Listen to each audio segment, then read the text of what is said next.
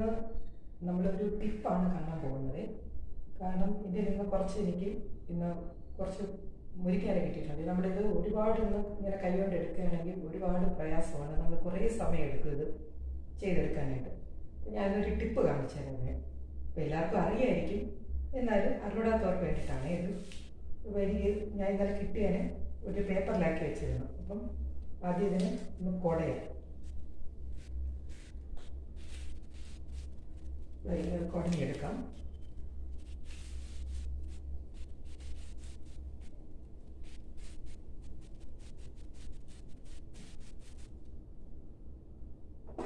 നമുക്ക് ഇതിലോട്ട് മാറ്റാം. ഈ കമ്പുകളൊക്കെ നമുക്ക് അങ്ങോട്ട് മാറ്റാം.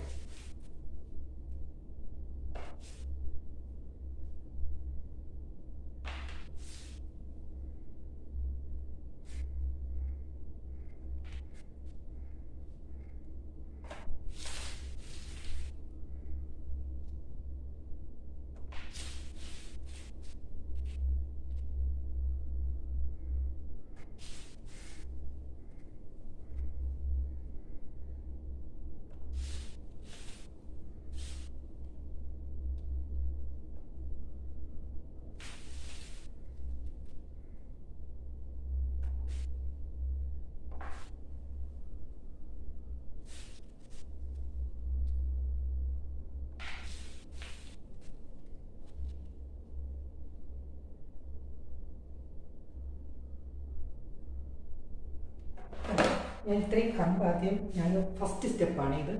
ഇത്രയും കമ്പ് ഞാൻ മാറ്റിയേ. ഇത് ആദ്യത്തെ സ്റ്റെപ്പാണ്.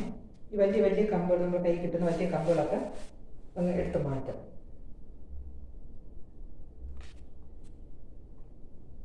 ഇത്രയും ഞാൻ മാറ്റിയിട്ട്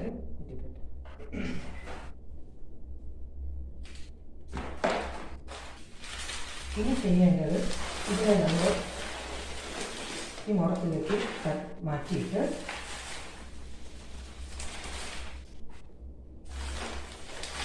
ഇതിലും ഇതേപോലെ പേപ്പർ ഇട്ട് കൊടുക്കാം. ഇനി നമ്മൾ സാധാരണ അരിയൊക്കെ നമ്മൾ ചെയ്യൂലേ, അതേപോലെ ഒന്ന് പാറ്റിയെടുക്കും. അപ്പം ഈ ഇലയൊക്കെ വെയ്റ്റ്ലെസ് ആയിട്ടുള്ള ഇല മുഴുവനും പുറത്തോട്ട് വരും. അതുപോലെ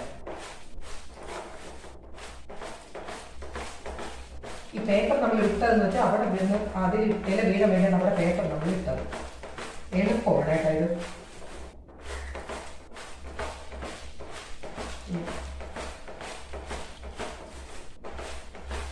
ഇല താഴോട്ട് വീഴുകയും ഈ കമ്പുകൾ നമ്മൾ ഈ മുറത്തിൽ കിടക്കുകയും ചെയ്യും. 5 മിനിറ്റ് കൊണ്ട് നമുക്ക് ഇത്രയും പെട്ടെന്ന് നമുക്കിത് റെഡിയാക്കി എടുക്കാൻ പറ്റും. പിന്നെ വേറൊരു കാര്യം എന്ന് പറഞ്ഞാൽ, നമ്മൾ ഉടനെ പറിച്ചതിൽ നമുക്ക് ചെയ്യാൻ പറ്റില്ല.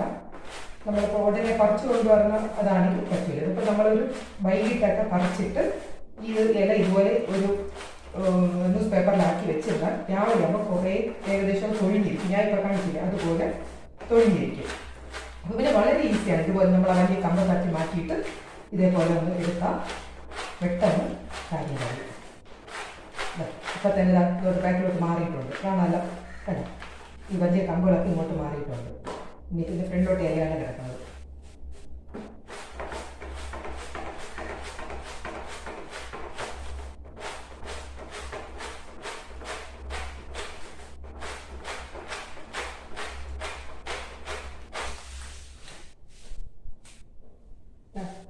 ഞാൻ ഇല മുഴുവൻ മാത്രമല്ല പറയാൻ പറ്റില്ല. കാരണം കുഞ്ഞു കുഞ്ഞു ചെറിയ ഇതുപോലത്തെ കുഞ്ഞു സാധനം കാണും. പക്ഷെ അത് നമ്മളിപ്പോൾ എന്തായാലും ഇല കഴിയും. എന്തായാലും എല്ലാവരും ഇല കഴിയല്ലേ എടുക്കുള്ളൂ. അപ്പം ഇനി ഇതിനെ ഒന്നുകൂടെ നമുക്ക് കഴുകാം. ഒന്ന് കഴുകുമ്പോൾ ഈ കുഞ്ഞു കമ്പുകളൊക്കെ താഴെ നമ്മുടെ പാത്രത്തിലോട്ട് അടിയും. ഈ ഇല മാത്രം വേഗം നിൽക്കും. അപ്പം നമുക്ക് ആ ഇല കഴുകുന്നതോടൊപ്പം ഈ കുഞ്ഞു കമ്പുകളും കൂടെ താഴെ പോകും. അപ്പം ഞാൻ അതുകൂടെ നിങ്ങൾക്ക് കാണിച്ചു തരാം. കറക്റ്റായിട്ട് കാണിച്ചു തരാൻ വേണ്ടിയാണ്. അല്ലെങ്കിൽ പറഞ്ഞാൽ മതിയായിരുന്നു, പക്ഷെ അതുകൂടെ ഒന്ന് കാണിച്ചു തരാം.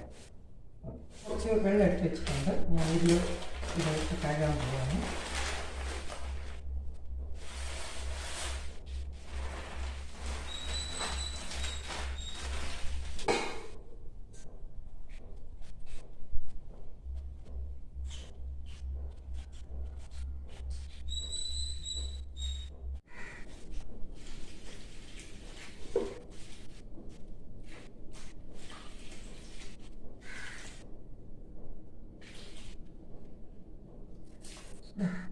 മേളിൽ കിടക്കുന്ന ഇല മാത്രം ഞാൻ എടുക്കണേ, മേളിൽ വന്ന ഇല മാത്രം.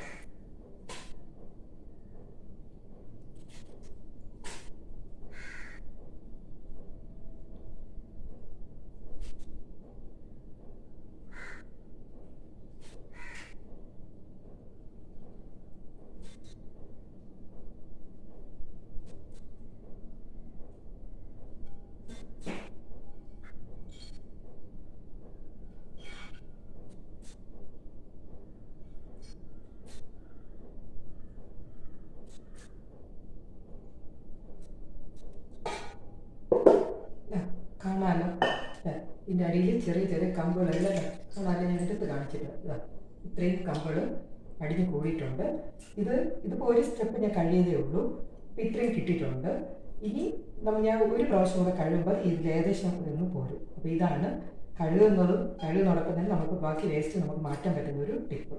അപ്പം ഇത്രയും പെട്ടെന്ന് എല്ലാം കൂടി 5 അല്ലെങ്കിൽ 10 മിനിറ്റിനകത്ത് നമുക്കിത് സംഭവം ക്ലിയറാക്കി കഴുകി വരെ നമുക്ക് എടുത്ത് വെക്കാൻ പറ്റും. അപ്പോൾ ഞാൻ അതുകൂടെ ഒന്ന് കാണിക്കാം. രണ്ടാമത്തെ പ്രാവശ്യം കഴുകി ഒന്ന് കാണിക്കാമേ. രണ്ടാമത്തെ പ്രാവശ്യം ഞാൻ കഴുകി എടുത്ത് വൃത്തിയാക്കി വെച്ചിട്ടുണ്ട്.